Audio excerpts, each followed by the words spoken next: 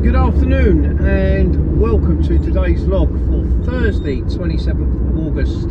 Hope everybody is well and had a good day. I'm just gonna, I mentioned something yesterday. I'm absolutely no expert on this at all. I'm sure a lot of you will probably say I'm not an expert on the courier game that I talk about every day. But I mentioned yesterday about geofencing coming in for the CX, and that AI would be involved in that, in making sure that the photograph or video that you take is live and not pre-done.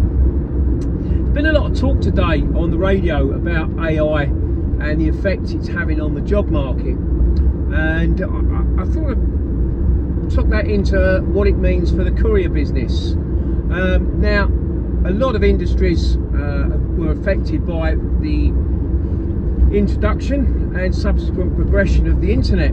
So travel agents has been one. Back in the day, for us oldies, we used to in about April go to the local travel agents and pick up a handful of big thick catalogues, and then go home and decide where we're going on holiday by looking at a picture of a swimming pool and the front of the hotel. Then had the great game of trying to work out what it's going to cost by running your finger across the grid, which week you're going and how many people are going, etc. And also, like estate agents, the introduction of the internet changed that, because things like purple bricks, you can now, along with others I'm sure, can sell your house yourself for a much cheaper fee. So the courier industry, as I see it, there's a couple of factors with this. Certainly the shipping companies, the shippers that we deal with, are going to be affected by AI. I'm sure it's already possible to do this, but if your customer sends you a job via email, the AI will be able to scan that email, create a job number on your computer system, allocate it to the CX, and then work out what are the best owner drivers to do that job for you. And of course the upshot of that is less people will be needed in the office as transport planners. There'll always still be a need for transport managers, I would have thought, if you're running your own vehicles, because some of that is visual and wouldn't be outdone by AI. But there's certainly going to be effect, I think, on people that work in the office. For us as owner drivers, it's an interesting one. We've got in London at the moment, you may have seen if you've made your way into London, the Waymo driverless taxis. At the moment they do have someone sitting in the driving seat while they're testing it, but the plan is for early next year, I think, for them to become live. I know San Francisco, amongst other American cities, always has them. Would we have driverless delivery vans? No, that's not going to happen. The same as driverless trucks, I can't really ever see that happening. Although if you're going from one hub to another and they're both by the motorway, I suppose that could be possible. But if you think what we do, that isn't going to happen. You still physically need someone to put it on the van, drive the van and take it off the van. So I don't think that side of it will affect us. Obviously parcel deliveries, we already have robots going around the streets of Milton Keynes. I've seen them myself. I'm sure drones will take some sort of little bit of the market by delivering smaller packages. But the stuff we do, if you've got a big pallet of floor tiles, that isn't going to happen. So where I think it might be a problem for us, no doubt AI is going to take away the jobs market at the introductory level for companies in all sorts of different businesses, and this is what was spoken about on the radio today. And over time a lot of jobs are going to disappear, and therefore people will be looking to do jobs that still need a physical person, and van driving is one of those. So it's possible that our driver market, which we already think is slightly oversubscribed, will get worse, because more people will think, well, I can drive a van, so I can do van deliveries. I think that's possibly something, and certainly if I was in my 20s, 30s and probably 40s, I'd be thinking very seriously about this and how it would affect. The only things you can really do about it is upskill yourself. By that I mean perhaps do your class 1 and become a class 1 driver. There is a huge shortage of class 1 drivers in this country.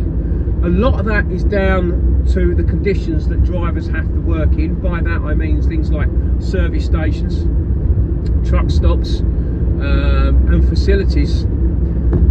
Some of it is unsocial hours. Nobody really wants to work unsocial hours, but it's quite normal that you know, if you're doing food products, all the supermarket regional distribution centres are 24 hours, and you might have to work nights or start very early, deliver late, etc, etc.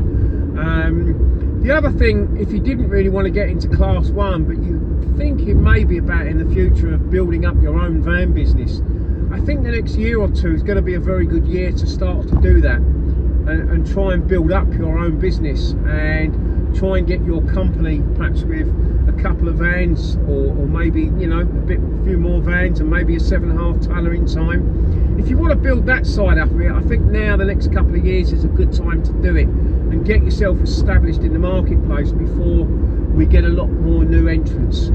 For me, at my time of life, I don't really think it's too much of a worry. I can just tick along doing what I'm doing. But yeah, just interesting that AI is definitely going to have a big effect on our industry one way or another. Right, on to today. Not brilliant. I mentioned yesterday I actually had a job already in the bag. I got a phone call on Monday, regular shipper. I do this about once a month from Braintree. I do one job that goes to Hemel Hempstead for goods to go on a pallet network. I have no idea where it ends up, but it goes somewhere. I do the other job to Hereford once a month as well. So this one was the Braintree one. It's always sold over as a large van, but it's just one pallet with 3 small boxes on it. To be honest, it could quite easily go in a small van. The job is 62 miles. I do it for £80. That's been quite consistent. It's a very, very simple job. The warehouse opens at 8. I give them the reference number at 8 o'clock. I'm off site by 1:15 normally. Today I was off site at 8:10. There was one truck in there. Normally there's 3 or 4 trucks waiting to get sorted out as well. But off site at 8:10. That extra 5-minute benefit I got, I lost. We all had a downpour of rain this morning. The A120 was a bit slower than normal. The M11 was okay, funnily enough, but the M25 was very slow. No surprises there. Got on site at 9:40, 10 minutes later than I normally would, but I'm off site by 9:50. When I parked up round the corner, wasn't too much about. There wasn't really anything. Then one job appeared and it suited me more than anything. It was from Letchworth Garden City. Now I was 40 minutes away, but it was going to Basildon in Essex. There was a couple of other jobs, but they were going up to the Midlands, going down to Surrey. Not really areas I think I really want to go to. It's not overly busy this week, so I thought I'd rather go back to an area where I'm strongest in Essex. So I put a price on it. It was a large van job. Again, it wasn't a large van job, it really wasn't. It was 9 boxes. Small van. I'm not being funny, probably a car would have done it. In actual fact, when I delivered it, it was going to a guy at a residential address, and we took it all off the van and put it in his car. So strange that they wanted a large van, but it was 56 miles and I bid £70. So I was happy with that. As I say, it was 40 minutes to get there. I got there at 10:50. I was off site at 11. Straight run round, back down the A1, round the M25 and onto the A127. Got there at 12:10 and off site by 12:15. Decided it was lunchtime, so I made my way just down to an industrial estate where I could get a coffee and just had a break really. I like to switch the CX off and just have a complete break for it. Had a little walk around the industrial estate, stretch the legs. Switched it all back on at 1 o'clock. I think, to be honest, it's fair to say it's been dead. There was a job that was from Tilbury. That was 10 minutes from where I was, going to Wickford. small van job, 17 miles. No, I think it was less than that actually, probably about 7 miles. I think I put £50 on it, which is my minimum charge. A few minutes later, it was unsuccessful. What sort of again slightly annoys me. It got reposted. Job pays 45. It's like, really, are you that hard up that you need £5 when you've got a good owner driver prepared to do it 10 minutes away? Very, very strange, and that almost sort of tells you, like, pack it up for the day. Couple of jobs, there's a few jobs actually, 3 or 4 jobs, all going into central London, which is to be expected on a Thursday before a bank holiday weekend. London deliveries are mainly on a Wednesday and a Thursday, as the shops like to fill their stock up for late night shopping on a Thursday, and then obviously a busy bank holiday weekend. I didn't really want to go into London again. It's just the aggravation of getting in there.